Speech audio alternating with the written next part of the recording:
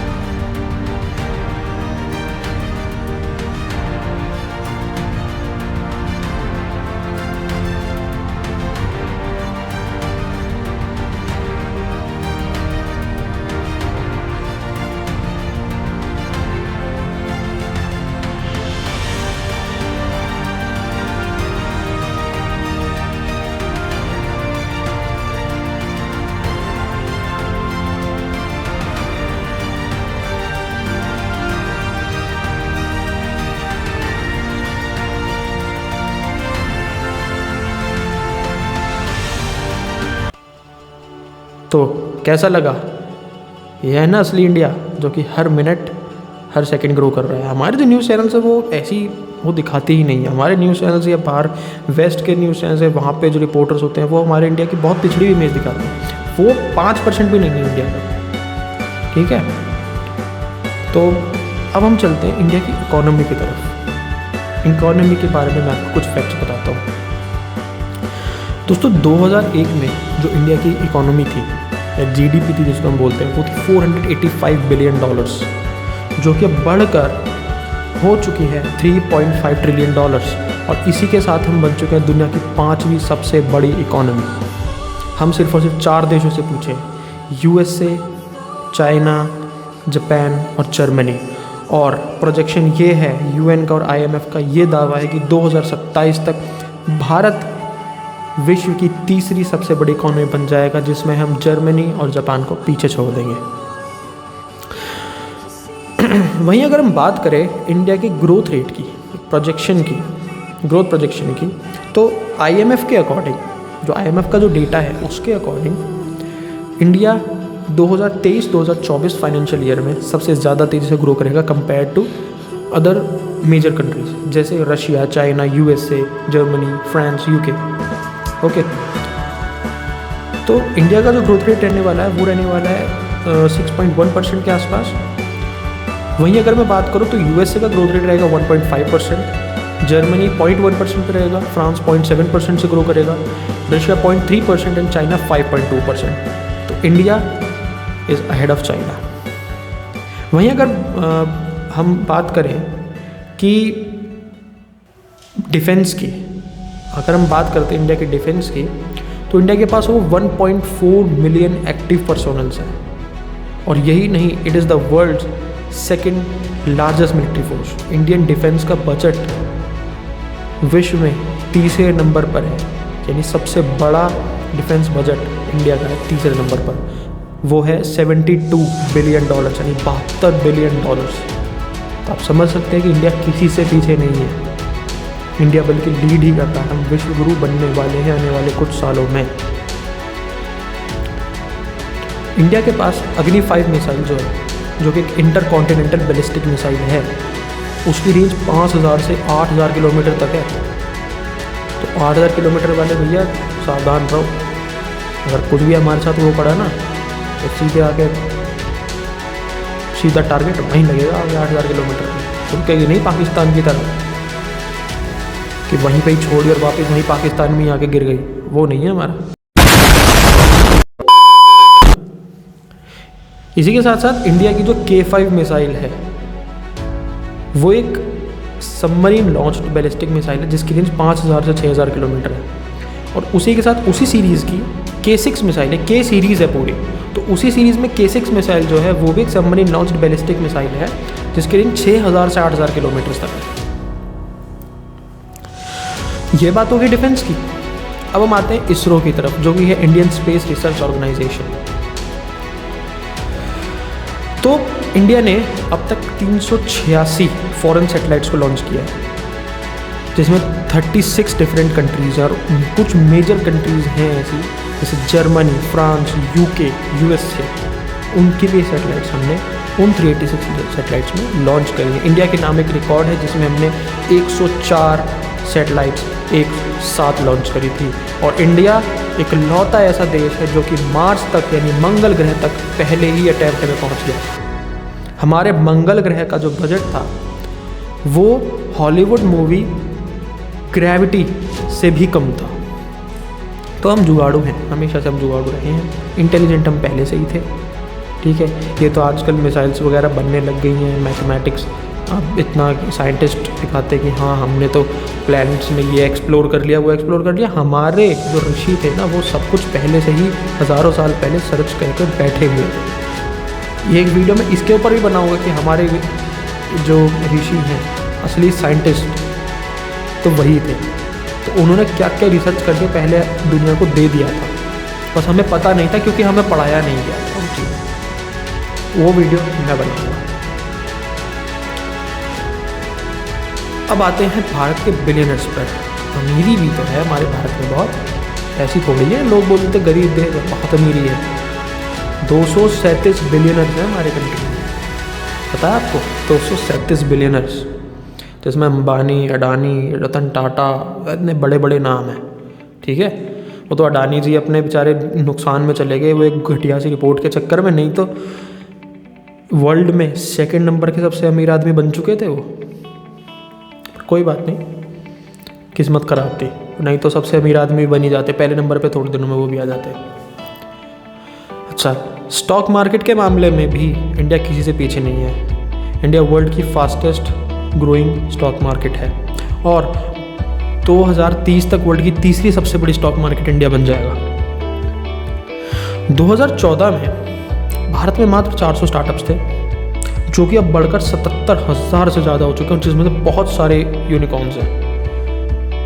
दुनिया में तीसरे नंबर पर सबसे ज़्यादा यूनिकॉर्न्स इंडिया में है, जिसमें फ्लिपकार्ट है, भारत पे है, बायजूस है, ओला है, ओयो रूम्स है, इतने बड़े बड़े नाम उसमें शामिल हैं। क्रेड है, ठीक है, पेटीएम है। और यही नहीं, 2021 में भारत ने यूएसए को पीछे छोड़ दिया है। किस मामले में? हम वर्ल्ड का second most attractive manufacturing destination बन चुके हैं। यही नहीं, India world second largest producer है स्मार्टफोन्स का। ठीक है, लार्जेस्ट प्रोड्यूसर्स हैं हम किसके? ट्रैक्टर्स के, टू व्हीलर्स के, स्पाइसेस के, डेयरी प्रोडक्ट्स के, शुगर के, टर्मरिक यानी हल्दी, अदरक यानी जिंजर के। इसी के साथ साथ इंडिया का आईटी सेक्टर, उसकी तो आप बात ही छोड़ दो, उसका आप नहीं हाथ पकड़ सकते भैया।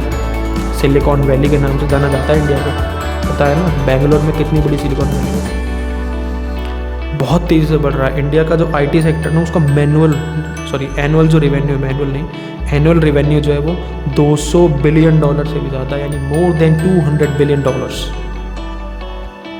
2030 तक ये $1 ट्रिलियन हो जाएगा। मैं नहीं कह रहा हूँ, फैक्ट्स कहते हैं।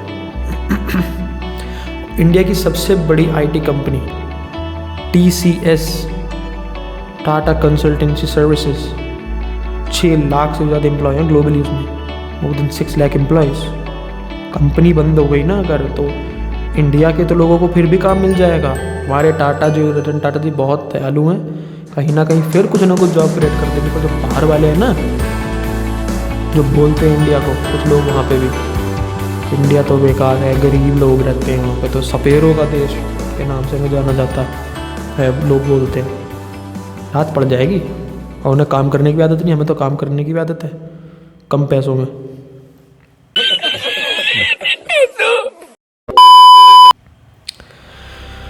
इसी के साथ फार्मेसी की अगर हम बात करें, दवाइयों की अगर हम बात करते हैं, तो भारत का कोई जवाब नहीं है वहाँ पे। ग्लोबली 50% से भी ज़्यादा जो वैक्सीन्स हैं वो इंडिया सप्लाई करता है। जेनेरिक ड्रग्स में भी इंडिया वर्ल्ड का लार्जेस्ट प्रोड्यूसर है।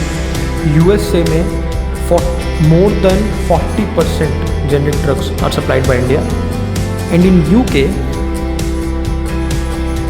25% of all the medicines in UK are supplied by India. अंग्रेजों को भी हम ही दवाई खिला रहे हैं, सारी दुनिया को हम दवाई खिला रहे हैं। हम दवाई देना बंद कर दे तो मर जाओगे भैया। हमसे पंगा ना लेना। अब बात करते हैं इंडिया की अमीरी की, पैसों की। हमारे पास बहुत पैसा है, बहुत ज़्यादा पैसा है। अंग्रेज ले गए, उसके बाद भी इतना पैसा है।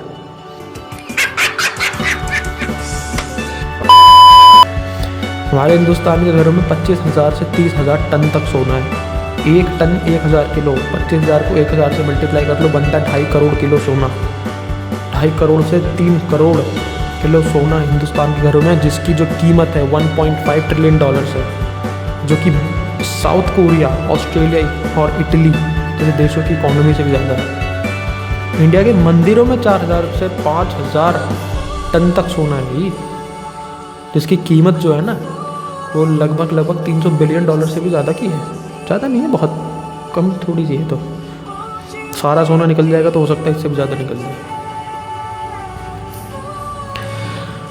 बहुत लोगों को ये लगता है कि इंडिया बहुत गरीब देश है, हालांकि अब तक क्लियर हो गया होगा इस पूरी वीडियो में, गरीब देश तो नहीं है हम, पर फिर भी कुछ फैक्ट से हम सामना करवाते हैं उन लोगों को।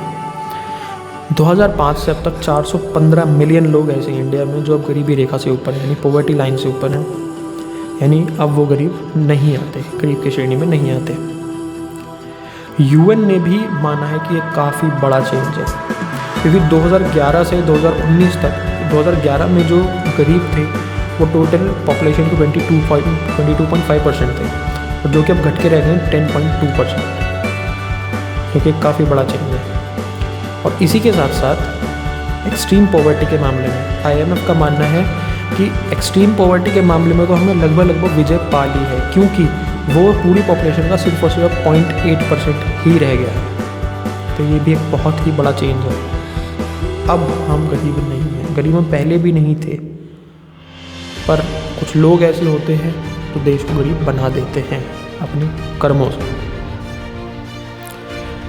तो एंड में मैं यही कहना चाहूँगा कि इंडिया हर तरफ ग्रो कर रहा है, हर सेकंड ग्रो कर रहा है, हर मिनट ग्रो कर रहा है, चाहे वो टेक्नोलॉजी के मामले में हो, चाहे आप IT सेक्टर देख लो, चाहे हमारा प्रोडक्शन हो, चाहे हमारे टूरिस्ट ट्रैवल एंड टूरिज़्म हो, लोग को अट्रैक्ट हो रहे हैं हमारे टूरिस्ट प्लेसेस की तरफ, चाहे हमारे रिलेशंस हो दूसरी कंट्रीज़ के साथ, कुछ भी हो, हम हर चीज़ में ग्रो कर रहे हैं यार, चाहे वो डिफेंस हो।